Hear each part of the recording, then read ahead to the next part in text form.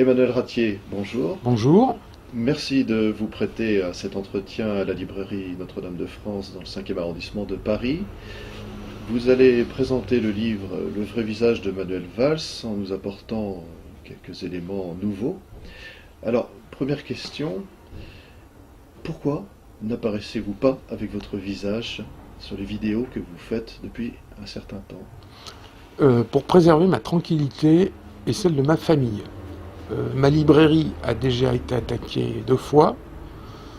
J'ai fait l'objet, c'est trop long pour en parler ici, d'attaques, mais j'avais été prévenu à mon domicile ou à d'autres endroits. Et donc j'ai tenu à préserver au maximum mon visage, de manière à ce que je puisse me rendre en plus dans un certain nombre d'endroits.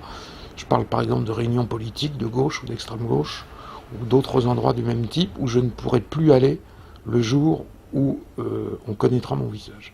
Donc c'est afin de me permettre d'exercer mon travail de journaliste d'investigation dans les conditions les meilleures possibles. Cet anonymat, en fait, vous permet d'aller dans des milieux aujourd'hui, de faire des investigations dans des milieux où, si vous étiez connu par vos traits, vous pourriez avoir des ennuis finalement. Mais pour être très clair, quand j'ai publié Mystère et secrets du Mnaïmrite, l'essentiel des archives que j'ai trouvées, je les ai trouvées à la bibliothèque de l'Alliance israélite universelle. D'où l'utilité de ne pas se faire reconnaître Voilà. Directement. Je pense que, d'ailleurs, j'y suis retourné depuis, on m'a mis à la porte. D'accord.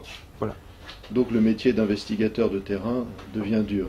Devient très difficile, et les gens qui racontent leur vie, qui mettent des photos, des vidéos, leurs passions, etc., sur des sites comme Facebook, ne se rendent absolument pas compte de ce qui va leur arriver, parce que pour peu qu'ils ne soient pas dans une pensée conforme, et qu'ils soient donc dissidents, anticonformistes, alternatifs, etc., on leur reprochera encore dans 30 ans en utilisant ce qu'ils ont pu publier quand ils avaient entre 15 et 18 ans. Voilà. D'accord. Ça n'est qu'à nous qu'on le fait, hein. Il ne faut pas se faire d'illusions. L'extrême gauche, c'est très très bien vu de venir de l'extrême gauche. Mais veut dire de ce qu'on peut appeler le milieu, par exemple, national, ou le milieu catholique de tradition, c'est très mal vu. Alors, sur ce livre, quoi de neuf? Mais je dirais, ce qui est extraordinaire, c'est que, cumulé sur Internet, les vidéos qui m'ont été consacrées ou que j'ai publiées totalisent plus d'1 600 000 vues. Le livre se situe dans les 100 premières ventes sur Amazon, bien qu'il soit distribué dans très très peu de librairies, uniquement les librairies amies, comme la librairie Notre-Dame de France. Et on peut dire quand même que c'est un succès. Et ce livre n'a fait l'objet d'aucune recension, y compris, ou je devrais dire bien évidemment hostile, hormis 4 lignes dans le Point de cette semaine, où le journaliste a interrogé Matignon, et il lui a été répondu qu'il ne serait fait aucun commentaire sur cet ouvrage. Donc il y a véritablement une conspiration du silence, j'appelle ça la stratégie de l'Edredon, parce que c'est un livre qui est inattaquable.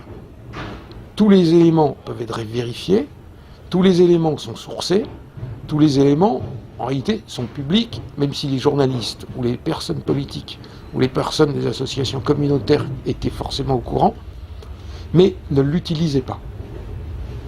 Manuel Valls est un homme qui a l'habitude de porter plainte pour diffamation très facilement. J'attends sa plainte avec sérénité, mais je ne pense pas qu'elle viendra. Ils ont décidé d'étouffer ce livre. Donc c'est pour ça que je trouve très bien qu'il y ait des sites d'information alternatifs qui m'interrogent, parce que c'est le seul système pour passer au-delà de cette conspiration du silence. Alors que c'est un ouvrage qui intéresse, à mon avis, tous les Français, puisque Manuel Valls a de fortes chances d'être candidat aux élections présidentielles en 2017, ou au pire, en 2022. Et d'autre part, c'est quand même l'ancien ministre de l'Intérieur qui, par exemple, a conduit une répression féroce au moment des manifestations, la manif pour tous, jour de colère, ce genre de manifestation, qui refuse le mariage homosexuel, un certain nombre de choses, de changements qu'on appelle sociétaux, mais en fait ce sont des changements moraux. Voilà. Et la police de Manuel Valls s'est conduite d'une manière ignominieuse, qui a été ciblée par un certain nombre d'organisations de défense des droits de l'homme européennes et internationales, Et tous les gens qui ont participé, voire qui ont été interpellés illégalement, etc., s'en sont parfaitement rendus compte que c'était vraiment 2 poids, 2 mesures. Et donc, une fois de plus, on assiste, ce que j'explique, à mon avis, d'une manière argumentée dans cette biographie, à une nouvelle réécriture, une nouvelle facette de Manuel Valls, qui a quand même le culot de se présenter à Rome pour la canonisation de 2 papes, alors qu'il n'a pas arrêté de mettre des bâtons dans les roues des catholiques de France. Il avait fait ce reproche à François Fillon quand il s'était rendu à Rome pour une canonisation. Et donc à ce moment-là, le PS dans son ensemble avait dit « c'est scandaleux la défense de la laïcité ». Donc Manuel Valls est un spécialiste. Il dit quelque chose un jour, il dit le contraire le lendemain, et en plus, il est un peu comme les maoïstes ou les trotskistes repentis, qui sont passés du trotskisme au libéralisme dans le pire sens du terme, qui ont le culot, alors qu'ils se sont toujours trompés avant, de donner encore aujourd'hui des leçons de morale et de prétendre des choses qui sont fausses. C'est une manière de faire de la dialectique, mais pensez-vous pas plutôt que finalement ce serait la puissance, la force de frappe des médias alternatifs qui serait actuellement en jauge avec une stratégie d'étouffement? Voir quelle est exactement, comment vous allez finalement pouvoir atteindre le Premier ministre avec cet ouvrage. De toute façon, je crois que le Premier ministre, il l'a atteint depuis longtemps.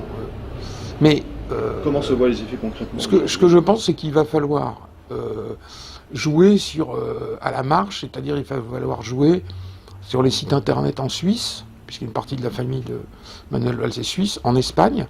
D'ailleurs, j'ai constaté avec surprise, le premier site à en avoir parlé en Espagne est un site anarchiste, catalan, qui reprend les informations en disant, en gros, nous vous l'avions bien dit, c'est la bourgeoisie catalane, etc., qui est aux affaires en France. Voilà. Et je pense qu'également, il y a des gens qui seraient quand même intéressés aux États-Unis par connaître les positions, pour les moins extrêmement prononcées, pour les moins très engagées, de Manuel Valls durant au moins une trentaine d'années quant à la Palestine et son opposition totale à Israël pendant, je le répète, entre au moins 25 à 30 ans. Même s'il a effectué un revirement depuis, c'est un revirement récent sur peu d'années. Oui. Je pense que c'est une des grandes révélations de ce livre, c'est que personne n'était au courant des positions, je répète, extrêmement marquées. Il était par exemple vice-président de l'association de solidarité, de groupe d'études à l'Assemblée nationale d'études sur les territoires palestiniens, il en était vice-président, et en font partie évidemment des gens qui sont très engagés. Il a jumelé sa ville avec le plus grand camp de réfugiés palestiniens du monde, le camp de Khan Younis, qui se trouve dans le territoire de Gaza. Et ce sont des choses que les gens ne connaissent absolument pas. Et lui se présente comme le grand ami d'Israël, etc., éternellement lié à Israël et à la communauté juive. Pour moi, c'est une attitude sans doute de façade. Prévoyez-vous des traductions, peut-être en espagnol, en russe? Non, je ne crois pas qu'il faut rêver. Je crois que Manuel Valls, pour le moment, n'intéresse, et encore peu, n'intéresse que les Français. Je crois que pour le moment, c'est un personnage franco-français. Peut-être est-il appelé à un avenir plus important. Petit tel qu'il atteint son point d'incompétence, je ne crois pas que ce soit le cas. Je crois que c'est véritablement l'homme qui monte. C'est une des 2 branches de l'alternative qui seront disponibles pour le PS en 2017. Ça sera soit François Hollande, soit Manuel Valls, mais il n'y en a aucun autre. Les autres sont sortis du jeu. D'accord. Donc c'est pour ça que cet homme va peser encore pendant très longtemps à l'intérieur des structures du PS. Moscovici a été éliminé, Ségolène Royal a fait un tour de piste, mais elle ne reviendra pas, Laurent Fabius est trop âgé, etc. Donc on se rend compte qu'à l'intérieur du Parti Socialiste, c'est le même candidat, en gros mondialiste, européiste, que ce soit François Hollande ou Manuel Valls, c'est la même ligne qui sera incarnée en 2017. Une ligne qui va parfaitement d'ailleurs avec par exemple un recentrage de Nicolas Sarkozy. Puisque Nicolas Sarkozy, il ne faut pas l'oublier, a proposé à plusieurs reprises à Manuel Valls d'être ministre dans son gouvernement. Ce qu'il avait refusé. Mais il ne s'est pas caché pour dire qu'effectivement on lui avait proposé. Et je pense qu'il y a une certaine vision commune d'un certain nombre de points et que globalement, c'est toujours le règne de l'UMPS. D'accord. Et qu'attendiez-vous, finalement, à l'origine de ce livre quand vous l'avez publié? J'attendais rien du tout. J'ai publié je suis un peu un spécialiste des biographies, j'ai publié 2 dictionnaires de la politique française avec des centaines de biographies, un gros ouvrage sur les siècles avec 2500 biographies. J'ai publié des ouvrages très spécialisés, dictionnaire de changement de nom, pseudonyme, etc. Un ouvrage sur les chrétiens de gauche avec des biographies, etc. Donc là, j'ai fait une biographie un peu plus développée. D'accord. Mais il m'a semblé qu'il était important d'apporter des éléments vraiment nouveaux sur celui qui était le Premier ministre, puisque quand on lit les médias, ou quand on lit la biographie officielle de Manuel Valls, la biographie autorisée, ce sont toujours les mêmes histoires qui se répètent. Et les journalistes ne sont pas allés fouiller, n'ont pas atteint l'os de Manuel Valls. Ils ne sont pas allés dans le détail, ils sont passés, je dirais, à côté pratiquement de tout ce qui est important. Je vais seulement vous donner un exemple. Quand vous osez présenter le père d'Emmanuel Valls, je le dis bien parce que ça ne sont pas des attaques contre la famille de Manuel Valls du côté maternel ou paternel. Ça n'a rien à voir. C'est que Manuel Valls a instrumentalisé sa famille en disant « mon père, réfugié antifranquiste ». Bon. Oui. Or, son père n'est absolument pas un réfugié antifranquiste, puisque ses 6 frères et sœurs ont fait toute leur carrière en Espagne.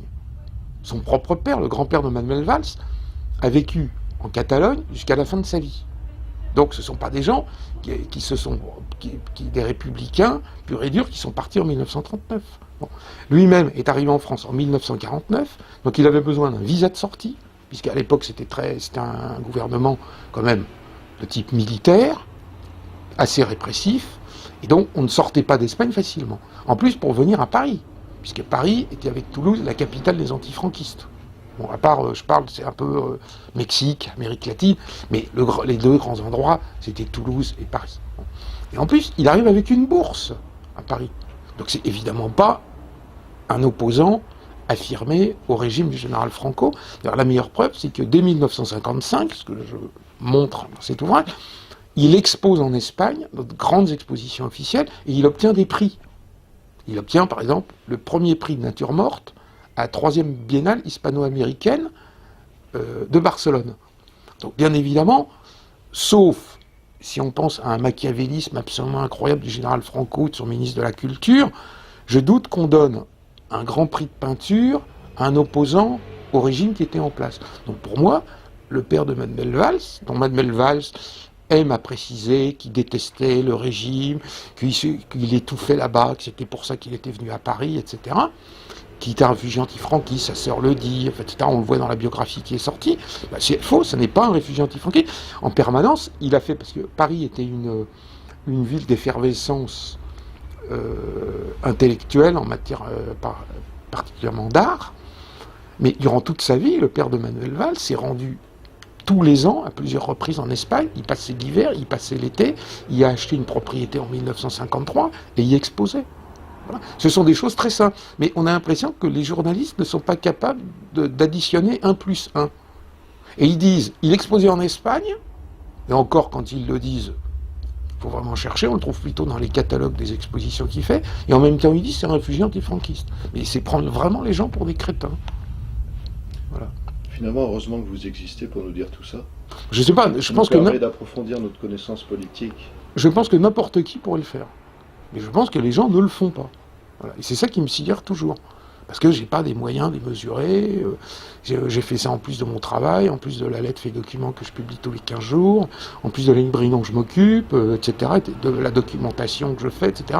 Je travaille seul, donc c'est un livre que j'écris très très vite. Je l'ai écrit en 2 mois, voire 3 mois, mais surtout en faisant le reste. Donc en fait, j'écrivais le soir.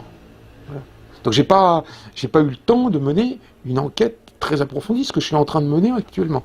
Et j'ai pas terminé de faire des découvertes. Donc un nouveau livre en perspective. Peut-être un livre plus gros d'ici 1 an, oui. Seconde édition, revue et augmentée. Voilà. Avec des détails, mais sans doute pas corrigé, parce que je vois pas ce que j'ai à corriger, sauf 4 ou 5 coquilles. Avec des détails qui nous permettront d'avoir une connaissance suffisante pour être des citoyens éclairés. Je pense que Manuel Valls, qui bénéficie d'une cote très supérieure à celle de François Hollande auprès des Français, bénéficie de cette cote parce que les Français ignorent le vrai visage de Manuel Valls.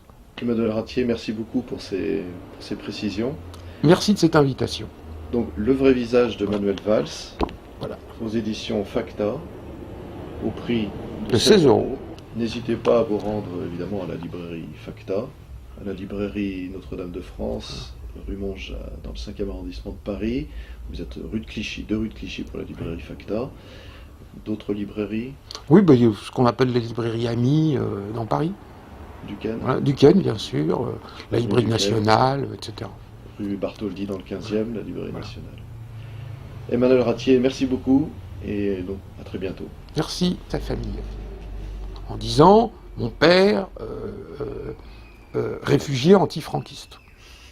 Bon, Oui. Or, son père n'est absolument pas un réfugié antifranquiste, puisque ses 6 frères et sœurs ont fait toute leur carrière en Espagne. Son propre père, le grand-père de Manuel Valls, a vécu en Catalogne jusqu'à la fin de sa vie. Donc ce ne sont pas des gens des républicains purs et durs qui sont partis en 1939. Bon. Lui-même est arrivé en France en 1949, donc il avait besoin d'un visa de sortie, puisqu'à l'époque c'était un gouvernement quand même de type militaire, assez répressif, et donc on ne sortait pas d'Espagne facilement. En plus pour venir à Paris, puisque Paris était avec Toulouse la capitale des antifranquistes. Bon, à part, je parle, c'est un peu Mexique, Amérique latine, mais les 2 grands endroits, c'était Toulouse et Paris. Et en plus, il arrive avec une bourse à Paris. Donc c'est évidemment pas un opposant affirmé au régime du général Franco. D'ailleurs, la meilleure preuve, c'est que dès 1955, ce que je montre dans cet ouvrage, il expose en Espagne, dans de grandes expositions officielles, et il obtient des prix. Il obtient, par exemple, le premier prix de nature morte à la 3e biennale hispano-américaine de Barcelone. Donc bien évidemment, sauf si on pense à un machiavélisme absolument incroyable du général Franco, de son ministre de la Culture, je doute qu'on donne un grand prix de peinture à un opposant au régime qui était en place. Donc pour moi, le père de Manuel Valls, dont Manuel Valls aime à préciser qu'il détestait le régime, qu'il étouffait là-bas, que c'était pour ça qu'il était venu à Paris, etc., qui était un réfugié antifranquiste, sa sœur le dit, etc., on le voit dans la biographie qui est sortie, c'est faux, ce n'est pas un réfugié antifranquiste. En permanence, il a fait, parce que Paris était une ville d'effervescence intellectuelle en matière particulièrement d'art, mais durant toute sa vie, le père de Manuel Valls s'est rendu tous les ans, à plusieurs reprises en Espagne, il passait l'hiver, il passait l'été, il a acheté une propriété en 1953 et y exposait. Voilà. Ce sont des choses très simples. Mais on a l'impression que les journalistes ne sont pas capables d'additionner 1 + 1. Et ils disent, il exposait en Espagne, et encore quand ils le disent, il faut vraiment chercher, on le trouve plutôt dans les catalogues des expositions qu'il fait, et en même temps ils disent c'est un réfugié antifranquiste. Mais c'est prendre vraiment les gens pour des crétins. Voilà. Finalement, heureusement que vous existez pour nous dire tout ça. Je sais pas, je pense que... Ça nous permet d'approfondir notre connaissance politique. Je pense que n'importe qui pourrait le faire. Mais je pense que les gens ne le font pas. Voilà. Et c'est ça qui me sidère toujours. Parce que j'ai pas des moyens démesurés, j'ai fait ça en plus de mon travail, en plus de la lettre. Bien qu'il soit distribué dans très très peu de librairies, uniquement les librairies amies, comme la librairie Notre-Dame de France. Et on peut dire quand même que c'est un succès. Et ce livre n'a fait l'objet d'aucune recension, y compris, ou je devrais dire bien évidemment hostile, hormis 4 lignes dans le Point de cette semaine, où le journaliste a interrogé Matignon, et il lui a été répondu qu'il ne serait fait aucun commentaire sur cet ouvrage. Donc il y a véritablement une conspiration du silence, j'appelle ça la stratégie de l'édredon, parce que c'est un livre qui est inattaquable. Tous les éléments peuvent être vérifiés, tous les éléments sont sourcés, tous les éléments, en réalité, sont publics, même si les journalistes ou les personnes politiques ou les personnes des associations communautaires étaient forcément au courant, mais ne l'utilisaient pas. Manuel Valls est un homme qui a l'habitude de porter plainte pour diffamation très facilement. J'attends sa plainte avec sérénité, mais je ne pense pas qu'elle viendra. Ils ont décidé d'étouffer ce livre. Donc c'est pour ça que je trouve très bien qu'il y ait des sites d'information alternatifs qui m'interrogent, parce que c'est le seul système pour passer au-delà de cette conspiration du silence. Alors que c'est un ouvrage qui intéresse, à mon avis, tous les Français, puisque Manuel Valls a de fortes chances d'être candidat aux élections présidentielles en 2017, ou au pire, en 2022. Et d'autre part, c'est quand même l'ancien ministre de l'Intérieur qui, par exemple, a conduit une répression féroce au moment des manifestations, la manif pour tous, jour de colère, ce genre de manifestations qui refusent le mariage homosexuel, un certain nombre de choses, de changements qu'on appelle sociétaux, mais en fait ce sont des changements moraux.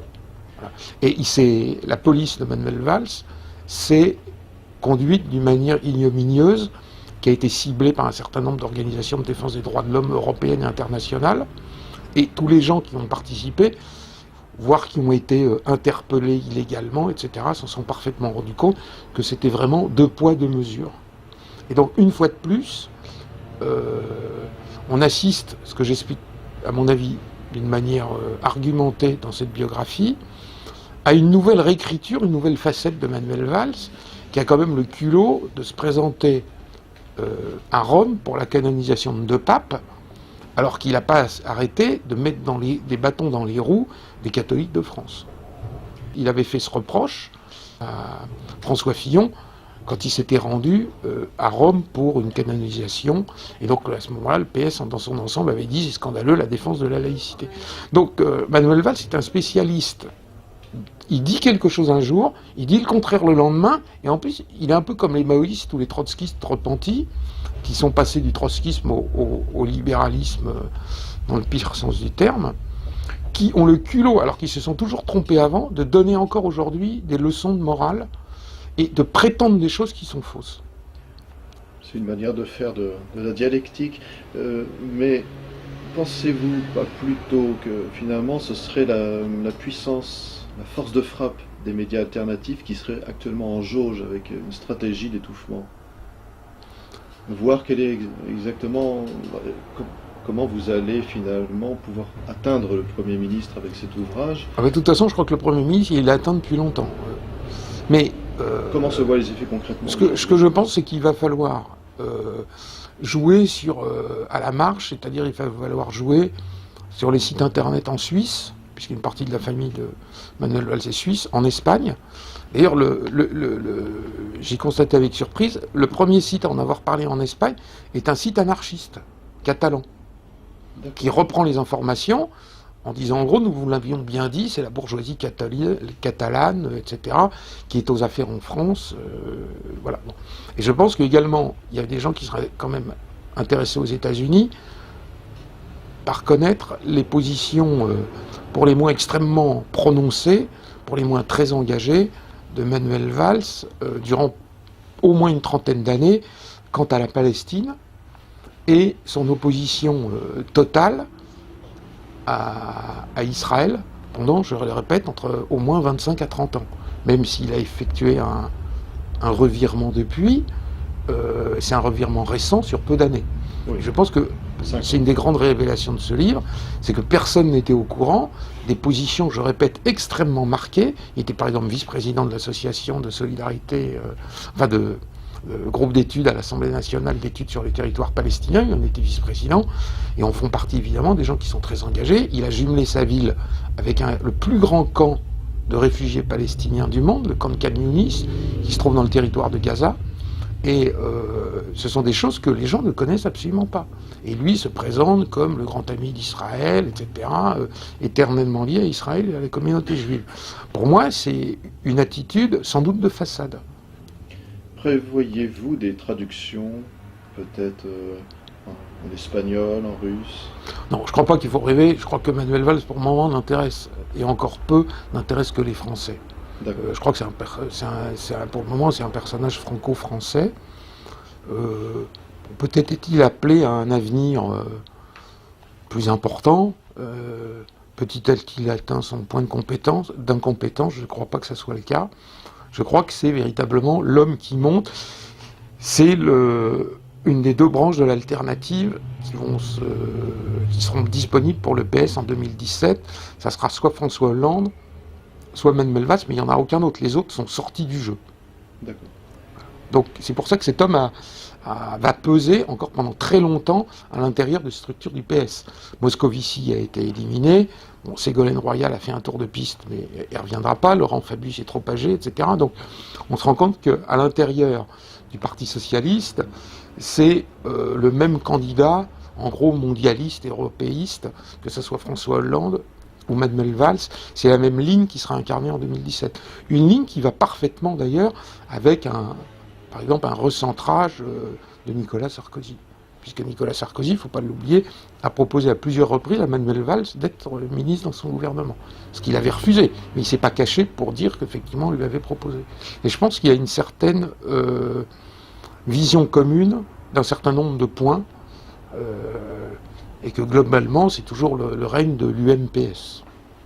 D'accord.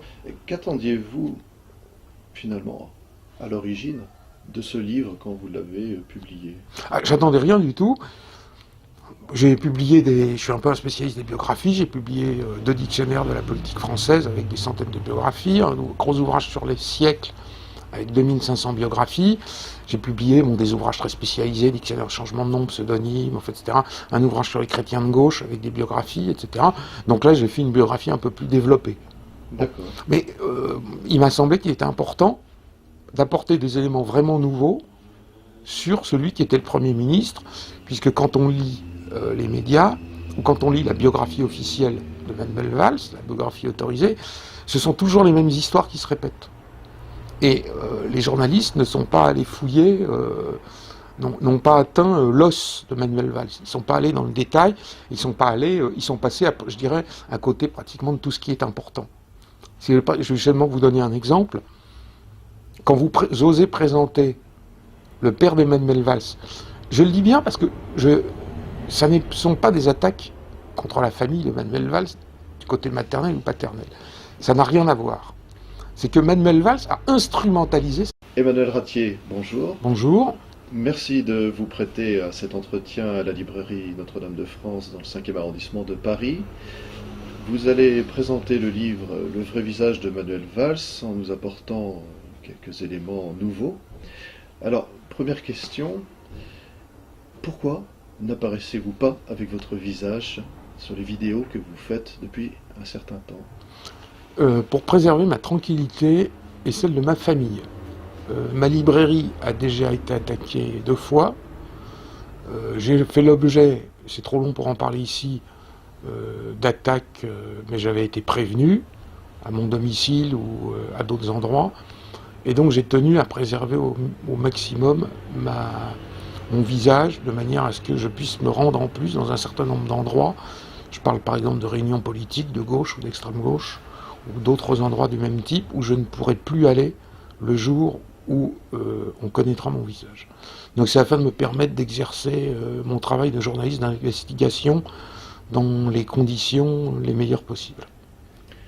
Cet anonymat, en fait, vous permet d'aller dans des milieux aujourd'hui, de faire des investigations dans des milieux où, si vous étiez connu par vos traits, vous pourriez avoir des ennuis, finalement. Mais, pour être très clair, quand j'ai publié Mystère et secrets du Mnaïmrite, l'essentiel des archives que j'ai trouvées, je les ai trouvées à la bibliothèque de l'Alliance israélite universelle. D'où l'utilité de ne pas se faire reconnaître directement. Je pense que, d'ailleurs, j'y suis retourné depuis, on m'a mis à la porte. D'accord. Voilà. Donc le métier d'investigateur de terrain devient dur.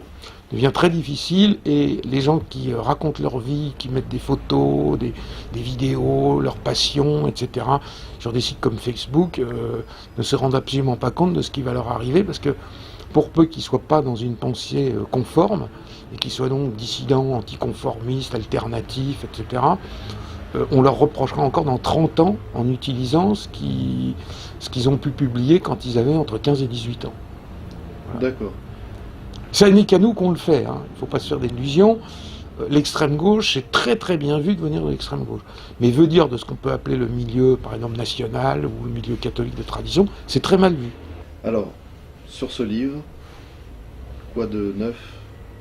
Mais, je dirais, ce qui est extraordinaire, c'est que, cumulé sur Internet, les vidéos qui m'ont été consacrées, ou que j'ai publiées, totalisent plus d'1 600 000 vues. le livre se situe dans les 100 premières ventes sur Amazon.